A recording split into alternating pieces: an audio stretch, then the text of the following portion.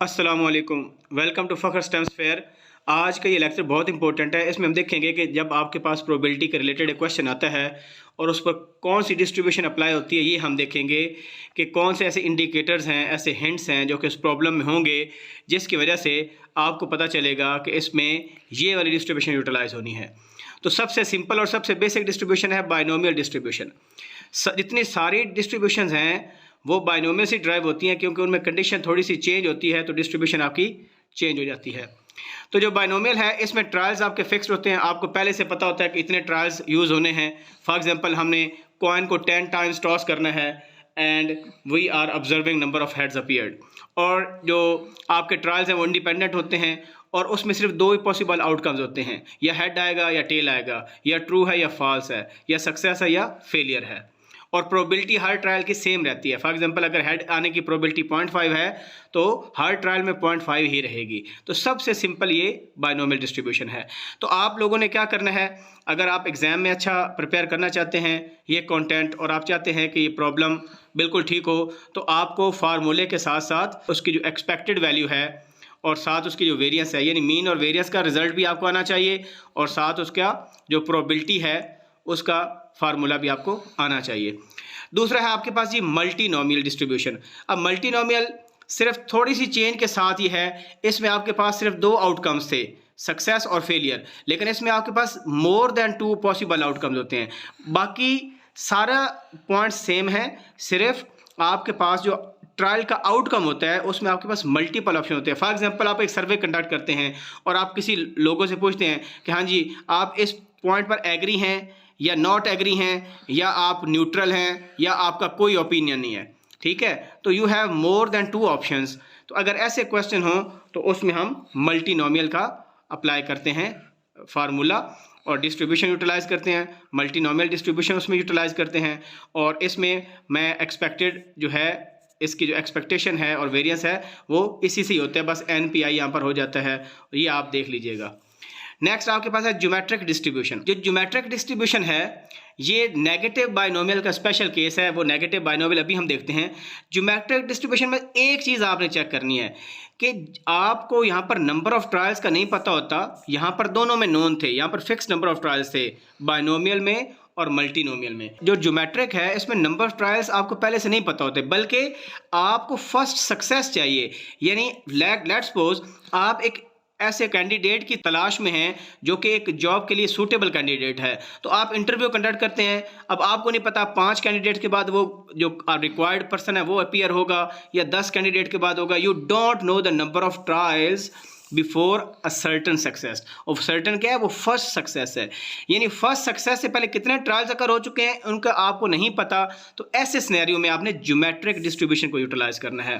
फिर हम देखते हैं negative binomial distribution. Negative distribution के अंदर वी आर इंटरेस्टेड, हम कितने ट्रायल्स आपके होते हैं कि हम आर सक्सेसेस में इंटरेस्टेड हैं, कि यार हम कहते हैं कि आपके पास कॉइन टॉस हो और जब तक टॉस करते रहें जब तक 5 हेड्स ना आ जाएं, यानी जब तक 5 हेड्स आपके नहीं आएंगे हम बस टॉस ही करते जाएंगे। तो यहाँ पर फर्स्ट सक्सेस थी, यहाँ पर आर सक्सेस होती हैं। अगर आर की वैल्यू 1 हो जाए तो वो ज्योमेट्रिक डिस्ट्रीब्यूशन बन जाएगी। तो पता चला कि geometric distribution is a special case of negative binomial. तो ये पहले मैंने क्यों लिस्ट की, इस वजह से क्योंकि मैं फर्स्ट सक्सेस थी। इसमें कितनी सक्सेस है, आर सक्सेस हैं। तो ये आपके पास नेगेटिव बाइनोमियल डिस्ट्रीब्यूशन है। नेक्स्ट आपके पास है हाइपर ज्योमेट्रिक डिस्ट्रीब्यूशन। ये हम कब यूज करते हैं, इसमें आपके पास एक याद करें कि हमने सिलेक्शन ही करनी होती है हमेशा, लेकिन without replacement. This word is very very important. ठीक है, इसमें इवेंट्स डिपेंडेंट होते हैं। अब इसकी एग्जांपल हम कैसे कर सकते हैं। फॉर एग्जांपल हमने जनाब 3 जॉब के लिए 3 लोगों को सिलेक्ट करना है, ठीक है, और 10 लोग हमारे पास हैं और हम चाहते हैं कि 4 बॉयज़ हों और 5 गर्ल्स हों। ठीक है, अब इसमें रिप्लेसमेंट वाला सीन नहीं आता। ठीक है, तो और इसमें ज़ाहिर सी बात है जब आप रिप्लेसमेंट नहीं करेंगे, आप एक को सिलेक्ट कर लें दोबारा रिप्लेस नहीं करेंगे, तो आपकी जो नेक्स्ट ट्रायल की प्रोबेबिलिटी होगी वो पिछले ट्रायल से डिफरेंट होगी। ठीक है, तो इस वजह से यहाँ पर इवेंट्स भी डिपेंडेंट होते हैं और विदाउट रिप्लेसमेंट होता है। तो ये 3 पॉइंट्स हैं जिससे आपको पता चलेगा हाइपर ज्योमेट्रिक वाला डिस्ट्रीब्यूशन यूटिलाइज होनी है। नेक्स्ट आपकी है पॉइसन डिस्ट्रीब्यूशन। अब जो पॉइसन डिस्ट्रीब्यूशन है इसमें क्या होता है कि आपके इवेंट्स एक फिक्स इंटरवल में जो है वो अक्कर हो रहे होते हैं। ठीक है, वो टाइम की एग्जांपल ले सकते हैं। फॉर एग्जांपल बाज़ औक़ात इसमें आपको ना एवरेज रेट का पता होता है मेजोरिटी केसेस में पता होता है, लेकिन कुछ क्वेश्चन में आपको प्रोबेबिलिटी गिवन होती है और आपने एवरेज रेट को फाइंड, तो एवरेज वैल्यू बहुत है। फॉर एग्जांपल अगर आपको एवरेज का पता है कि एक महीने में ट्विंस इतने पैदा होते हैं किसी भी शेयर के अंदर, ठीक है, तो फलां मंथ में बताएं जी उस शेयर में कितने ट्विंस पैदा होंगे। और ये हम तब अप्लाई करते हैं जब रेयर अक्रेंसेस हो। रेयर अक्रेंस का मतलब है कि ऐसे इवेंट्स जिनकी प्रोबेबिलिटी बहुत ही कम आती हो। इसकी एग्जांपल क्या हो सकती है, जिस तरह ट्विंस की एग्जांपल हमने ले ली। अब अक्सर आपने देखा होगा कि हम सब आम इंसानों की 5 उंगलियां होती हैं, तो ऐसे बंदे फाइंड करें जिसकी 6 उंगलियां। अब मैं आपको एक लिस्ट ऑफ प्रॉब्लम दूंगा, 5 प्रॉब्लम्स हैं, और एक छठा प्रॉब्लम भी आपको मैं कमेंट सेक्शन में मेंशन कर देता हूं। आपने जो मेथड मैंने बताया इसको अप्लाई करके उन 6 प्रॉब्लम्स पर आइडेंटिफाई करना है कि कौन सी डिस्ट्रीब्यूशन लगेगी, वो आपने कमेंट सेक्शन में मेंशन करनी है, और फिर उसका सलूशन यानी उसका जो आंसर है हर प्रॉब्लम का वो भी मेंशन करें।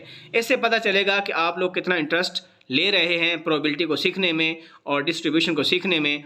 और इंशाल्लाह फिर हम जो है नॉर्मल डिस्ट्रीब्यूशन पर भी एक वीडियो डालेंगे और जॉइंट प्रोबेबिलिटी पर भी एक वीडियो डालेंगे। ये 5 सैम्पल प्रॉब्लम्स हैं, आप इनको ट्राई करें और ये बताएं कमेंट सेक्शन में कि किस प्रॉब्लम पर कौन सी डिस्क्रीट डिस्ट्रीब्यूशन लगेगी। तो पहला प्रॉब्लम आप रीड कर लें और इस पर जो डिस्ट्रीब्यूशन आप यूज़ करेंगे उसको कमेंट सेक्शन में लिखें और इसका आंसर भी लिखें, और इंशाल्लाह नेक्स्ट वीडियो में इन 5 प्रॉब्लम्स के सोल्यूशन पर बनाऊंगा। जो सेकंड प्रॉब्लम है वो आपके पास ये लिखा हुआ है, इसके 3 पार्ट्स हैं। हो सकता है कि तीनों पार्ट्स में डिफरेंट डिस्ट्रीब्यूशन यूज़ हुई हों, हो सकता है सेम हुई हो। आप इसको आइडेंटिफाई करें based on what we have covered so far. Problem number 3 में देखें, आपके पास कुछ कार्ड्स हैं and you are picking some cards. Based on these facts आप फिगर आउट करें कि कौन सी डिस्ट्रीब्यूशन यूटिलाइज करेंगे। प्रॉब्लम नंबर 4 में देखें, आप इसको अच्छी तरह रीड करें और फाइंड आउट करें कि कौन सी डिस्ट्रीब्यूशन आप अप्लाई करेंगे। और ये लास्ट प्रॉब्लम है, इसको भी आपने डिस्ट्रीब्यूशन आइडेंटिफाई करके कंप्लीट करना है। तो पहला काम है कि डिस्ट्रीब्यूशन को आइडेंटिफाई करें। इससे ये पता चलेगा कि जो मेथडोलॉजी हमने इस लेक्चर में कवर की है वो उसको आपने कितना अंडरस्टैंड किया है, आप उसको कितना अप्लाई कर सकते हैं। तो ये क्वेश्चंस लाजमी करें।